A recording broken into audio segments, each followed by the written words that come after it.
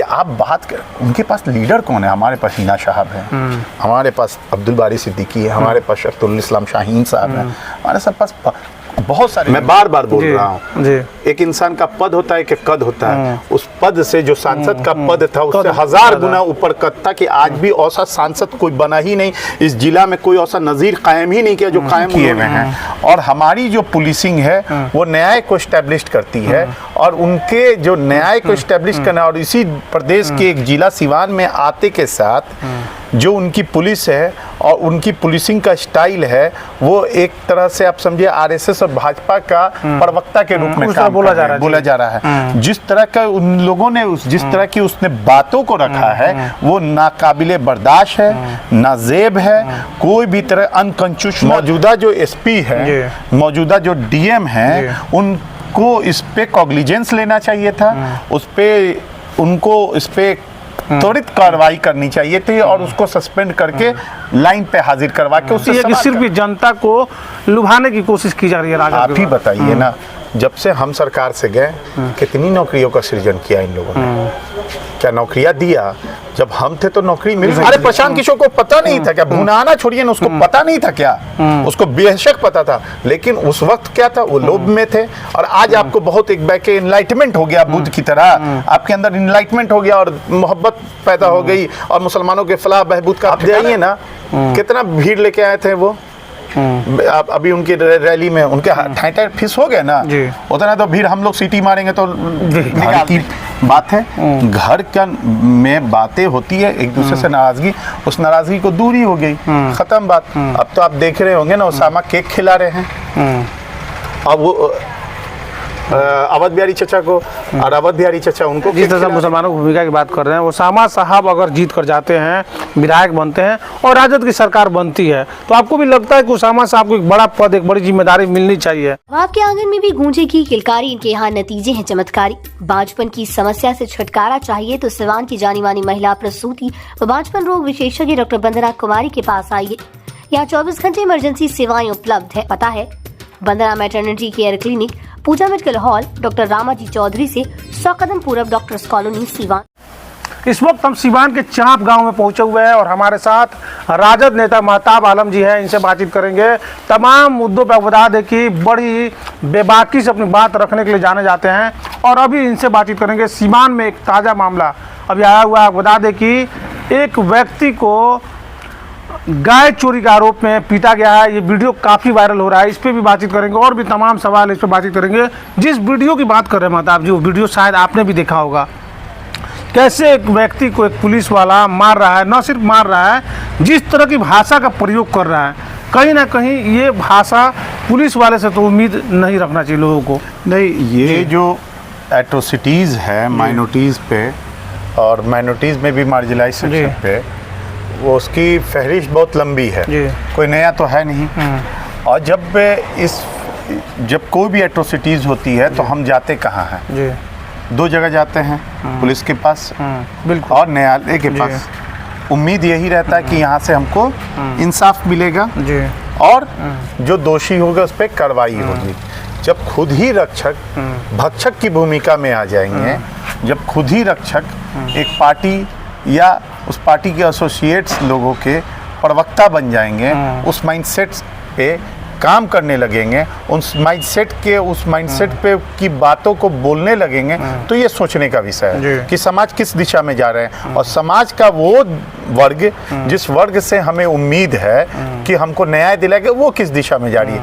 मसलन कि हम लोग जो सवाल कर रहे हैं कि इस प्रदेश में, इस प्रदेश की जो मौजूदा हाकिम है वो बोलता है कि हम एक सेकुलर गवर्नमेंट को फॉर्म किए हुए हैं, और हमारी जो पुलिसिंग है वो न्याय को एस्टेब्लिश करती है। और उनके जो न्याय को एस्टेब्लिश करना, और इसी प्रदेश के एक जिला सिवान में आते के साथ जो उनकी पुलिस है और उनकी पुलिसिंग का स्टाइल है, वो एक तरह से आप समझिए आरएसएस और भाजपा का प्रवक्ता के रूप में काम बोला जा रहा है। जिस तरह का उन लोगों ने जिस तरह की उसने बातों को रखा है वो नाकाबिले बर्दाश्त है, नाजेब है, कोई भी तरह अनकंस्टिट्यूशनल है। अब तक की मौजूदा जो एसपी है, मौजूदा जो डीएम है, उनको उनको इस पे कॉग्निजेंस लेना चाहिए था, उस पे उनको इस पे त्वरित कार्रवाई करनी चाहिए थी और उसको सस्पेंड करके लाइन पे हाजिर करवा के उससे सवाल करना चाहिए था। लेकिन अभी तक कुछ हुआ नहीं। मैं उस पीड़ित परिवार से भी टच में हूँ, मैं उन पीड़ित परिवार के लोगों से भी बात किया।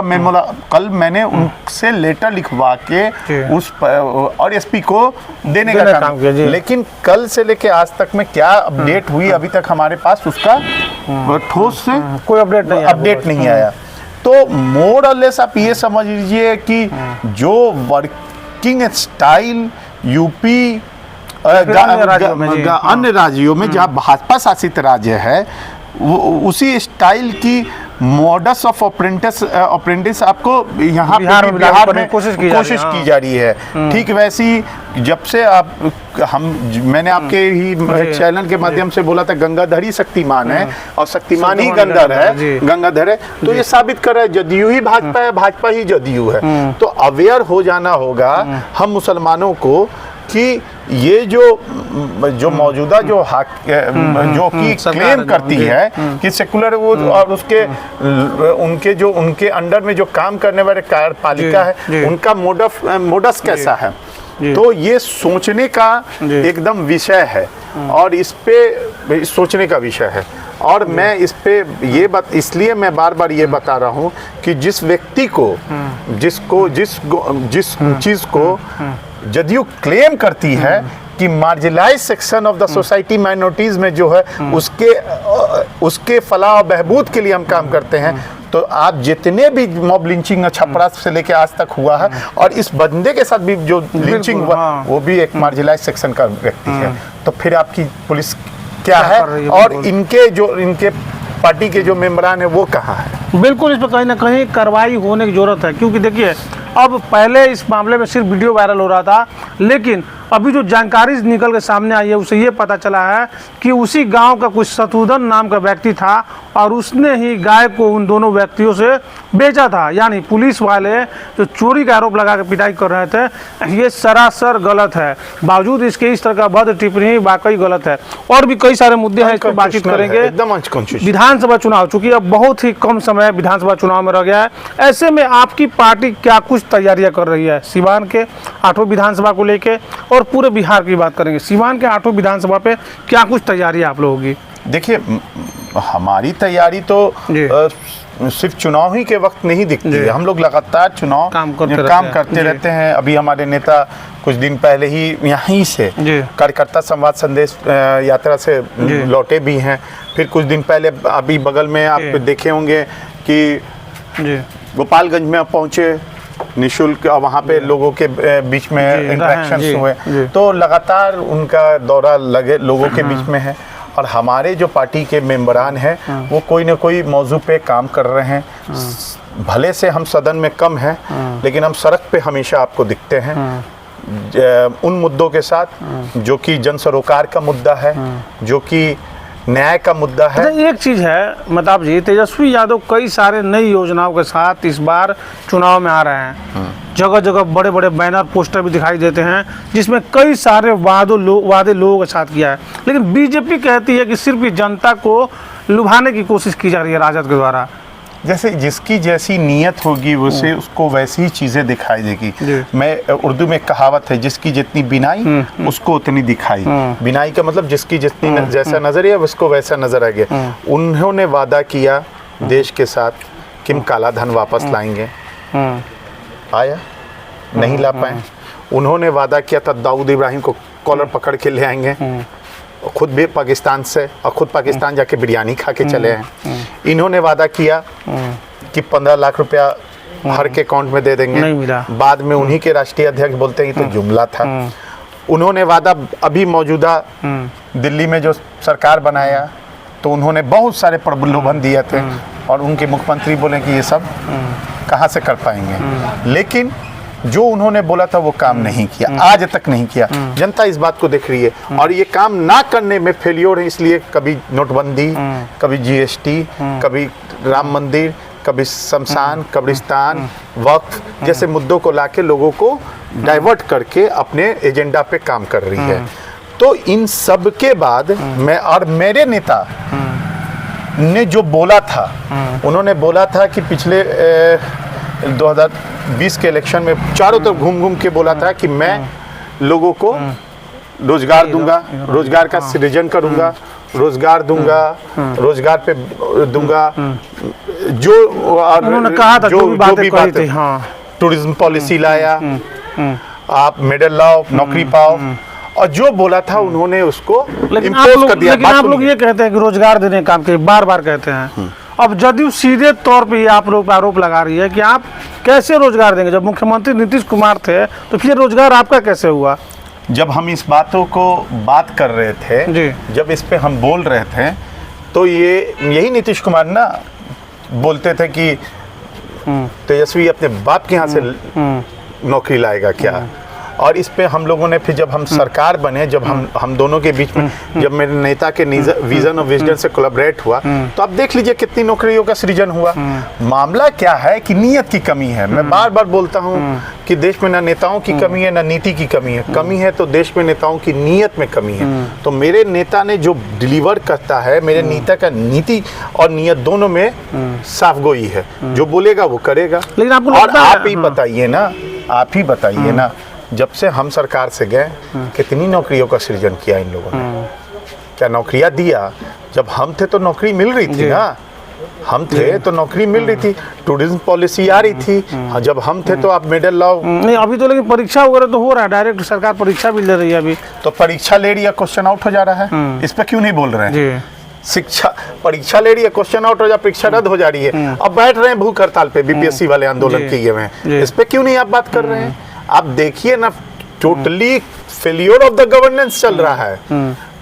आपके मुख्यमंत्री खड़े होते हैं राष्ट्रगान में, ताली बजाने लग रहे हैं, महिलाओं पे अभद्र बातें। अरे एक तरफ आप ये कह रहे हैं कि सरकार फेलियर साबित हो रही है, लेकिन आपको लग रहा है वाकई तेजस्वी यादव फायदा मिलेगा? क्योंकि तेजस्वी यादव को कई सारे चुनौतियों का सामना करना पड़ सकता है, क्योंकि तेजस्वी यादव जिस मुस्लिम वोट के सहारे सत्ता में आने की सोच रहे हैं उस पर सेंधमारी करना चाहते हैं प्रशांत किशोर, और लगातार उसके लिए कई कार्यक्रम भी कर रहे हैं।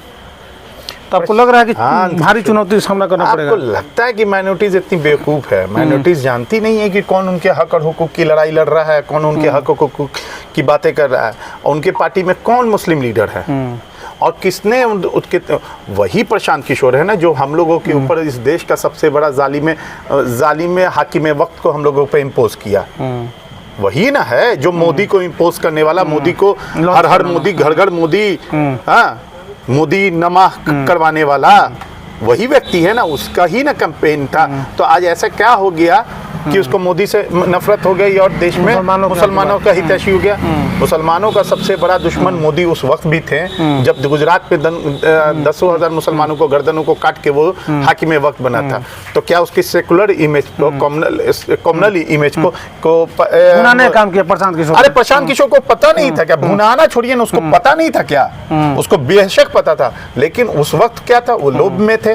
और आज आपको बहुत एक बैक एनलाइटमेंट हो गया बुद्ध की तरह, आपके अंदर इनलाइटमेंट हो गया और मोहब्बत पैदा हो गई और मुसलमानों के फलाह बहबूद का ठिकाना ले लेकिन प्रशांत किशोर कह रहे हैं कि मैं चाहता हूं कि मुसलमान में ज्यादा से ज्यादा नेता, तो फिर आप लोग इतराज क्यों है?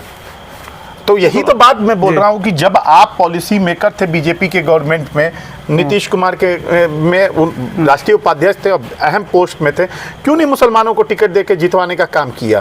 भाजपा 543 में से एक भी में टिकट नहीं देती है। उस वक्त आप एक एक नीति जब बना रहे थे तो एक मुसलमान को टिकट भी दे देते हैं, जिसको अल्पसंख्यक मंत्री बना देते हैं आप। वो भी तो काम नहीं किया था आपने। मुसलमानों के ये हितैषी नहीं है, ये मुसलमानों को बेवकूफ बना रहे हैं। यानी आपको लग रहा है कि प्रशांत किशोर असर नहीं डाल पाएंगे, यानी चुनौती? अरे नहीं, अरे चुनौती आप तो गलत फॉल्स नैरेटिव खड़ा कर रहे हैं, उसको हम लोग उनको गिनती में भी नहीं रख रहे हैं। क्योंकि आप देखिए ना कितना भीड़ लेके आए थे वो, आप अभी उनकी रैली में उनके ठाई फिस हो गए ना, उतना तो भीड़ हम लोग सीटी मारेंगे तो निकाल देंगे। और अभी कैमरा घुमा के देखिएगा तो पूरा का पूरे लोग ही नजर आ रहे हैं यहाँ पे भी खड़े हुए। तो गांव में जब हम बैठ रहे हैं तब ऐसे ही हाल है। तो फिर आप समझ लीजिए क्या, हम लोग उनको गिनती में नहीं रख रहे हैं। लेकिन मामला ये है कि आप बात कर, उनके पास लीडर कौन है? हमारे पास हिना साहब है, हमारे पास अब्दुल बारी सिद्दीकी है, हमारे पास शख्तुल इस्लाम शाहीन साहब है, हमारे सब पास बहुत सारे लीडर हैं। गिनवाने के लिए नेता तो आप कह रहे हैं, लेकिन जगह कहाँ मिलती है इन लोगों को? क्या बात नहीं करते हैं, चलिए ना, कहाँ सब क्या जगह आप खोज रहे हैं? जगह क्या खोज रहे हैं आप? अभी तो हेना साहब नाराज थी, राजद से नाराज होकर निर्दलीय चुनाव, ऐसा क्या हो गया था कि उनको निर्दलीय चुनाव लड़ना पड़ा?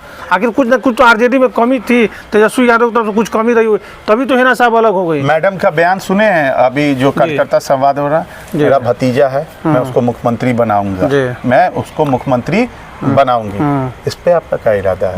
नहीं ये ठीक है, नहीं ये एक अच्छी बात है।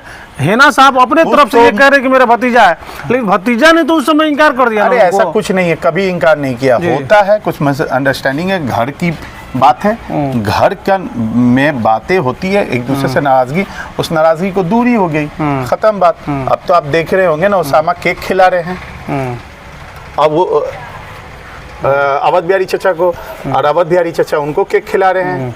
उसामा साहब, अच्छा एक उसामा साहब की जो जिक्र हो गई है, तो उसामा साहब रघुनाथपुर विधानसभा से चुनाव लड़ सकते हैं, इस तरह की बातें चल रही है, लड़ सकते आप क्या कहेंगे? अरे वो कोई भी विधानसभा से टिकट मांगेगा, उनको टिकट मिल जाएगा। एक रघुनाथपुर में उनको बॉन्ड करके रखने की क्या जरूरत है? बिल्कुल, रघुनाथपुर तो जिसको चाहते हैं उनको जिता देते हैं। जो रघुनाथपुर में आपको चचा को जितवा दिए 2-2 बार, तो आपको भी लगता है कि उसामा साहब विधानसभा 2-2 बार चचा जो जीते हैं, वो सिवान को में अपने आप को क्लेम करते थे कि हम हिंदू हृदय सम्राट हैं, और एक अहीर के बूढ़े आदमी को उससे पटके और बोल के बोले कि हम पहलवान बनी पटक दे, तो परिवार तो पटक दे रहा था। मतलब एक बात और बताइए, जिस तरह से मुसलमानों की भूमिका की बात कर रहे हैं, उसामा साहब अगर जीत कर जाते हैं, विधायक बनते हैं और राजद की सरकार बनती है, तो आपको भी लगता है कि उसामा साहब को एक बड़ा पद, एक बड़ी जिम्मेदारी मिलनी चाहिए? एक इंसान का पद होता है, एक इंसान का कद होता है। इंसान उन्हीं के वालिद है ना, उस पद से का उनसे 1000 गुना ऊपर उनका कद था। मैं बार बार बोल रहा हूँ, एक इंसान का पद होता है, एक कद होता है। उस पद से जो सांसद का पद था, उससे 1000 गुना ऊपर कद था, कि आज भी ऐसा सांसद कोई बना ही नहीं, इस जिला में कोई ऐसा नजीर कायम ही नहीं किया जो कायम उन्होंने कर दिया। वो और जैसे एक चांद है, जैसे एक सूरज है, वैसे एक मोहम्मद शहाबुद्दीन है, कोई उनका मुकाबला नहीं। तो उनको भी शहाबुद्दीन साहब के साहबजादे से भी उम्मीद वही है, तवक्को वही है कि आप अपनी सिफत और सलाहियत के साथ आगे बढ़ें, काम अपने आप को संभालें, समझाएं। अब तरीके से ये बातें उनकी और लालू जी के परिवार के बीच की, ये पार्टी तय करेगी कि उनकी क्या भूमिका होगी, ये हम तय नहीं करने वाले हैं। और इस सवाल आप है ना, तो एक आखिरी सवाल आपसे, एक आखिरी सवाल गलत पूछ लेते हैं, महताब जी की भूमिका क्या होगी? महताब चुनाव लड़ेंगे या फिर चुनाव लड़वाएंगे किसी को? अग्रिम पंक्ति में खड़े रहेंगे, अब सबसे लास्ट पंक्ति में भी आप हमको ही पाएंगे। हम सर्वज्ञ और सर्वत्र नजर आएंगे, हर जगह नजर आएंगे, हर चीज में नजर आएंगे। हम पार्टी के होल इन सोल बन के काम करेंगे, पार्टी के लिए काम करेंगे। चले, तो महताब आलम जो हमारे साथ है, जो भूमिका साफ तौर पे कह दिया है कि पार्टी जो भूमिका मेरे लिए तय करेगी, मैं उस पर खरा उतरने का काम करूंगा। और साफ तौर पे इन्होंने शहाबुद्दीन साहब को लेकर भी बात कही है कि उनका कद जो था वो पद से काफ़ी बड़ा था, जो कि हमेशा ही रहेगा। ऐसे तमाम खबरों के लिए देखते रहे न्यूज़ इंडिया तक।